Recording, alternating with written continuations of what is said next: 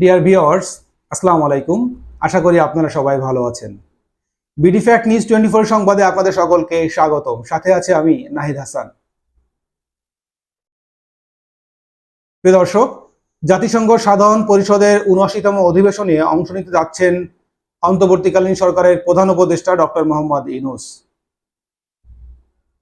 আগামী ২৪শে সেপ্টেম্বর থেকে ২৭শে সেপ্টেম্বর পর্যন্ত এ সফর করবেন তিনি।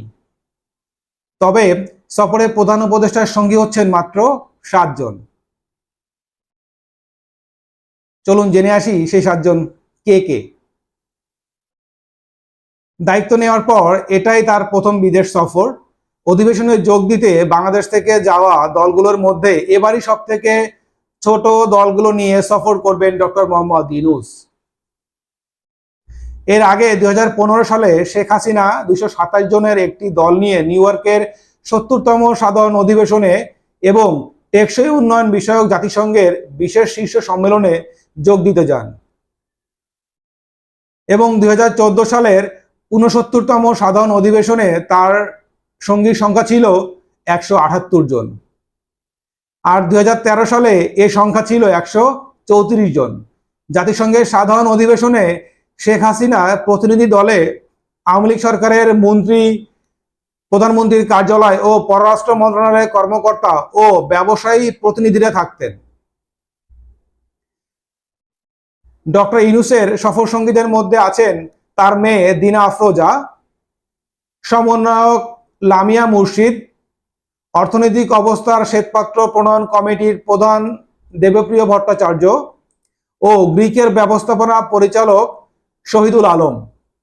বাকি ৩ সফরসঙ্গী হচ্ছেন প্রধান উপদেষ্টার বিশেষ সহকারী মোহাম্মদ মাহফুজ আলম, প্রধান উপদেষ্টার সহকারী একান্ত সচিব সাব্বির আহমেদ ও ব্র্যাক বিশ্ববিদ্যালয়ের শিক্ষার্থী আয়েশা সিদ্দিকা তিথি।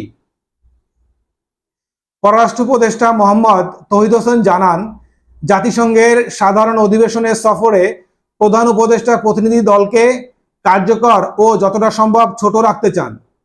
তবে ৭৯তম অধিবেশনে যোগ দেওয়ার জন্য প্রধান উপদেষ্টা ডক্টর মোহাম্মদ ইউনূসের ৭ জন সদস্যের প্রতিনিধি দলে অন্তর্বর্তীকালীন সরকারের কোনো উপদেষ্টাকে রাখা হয়নি।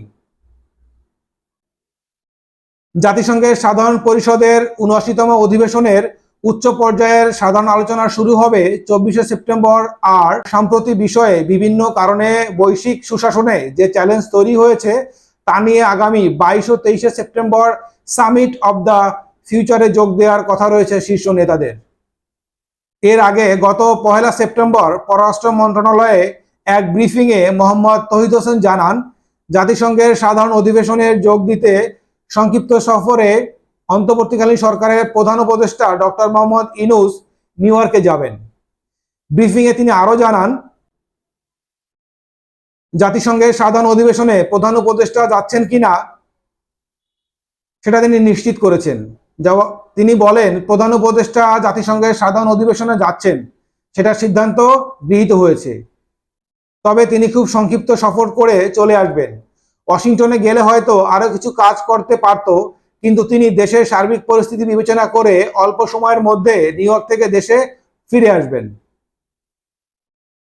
প্রিয় দর্শক, আপনাদের সকলকে অসংখ্য ধন্যবাদ এতক্ষণ ধৈর্য ধরে বিডি ফ্যাক্ট নিউজ 24 সংবাদে থাকার জন্য। আজকে এ পর্যন্তই। টিল দেন, আল্লাহ হাফেজ।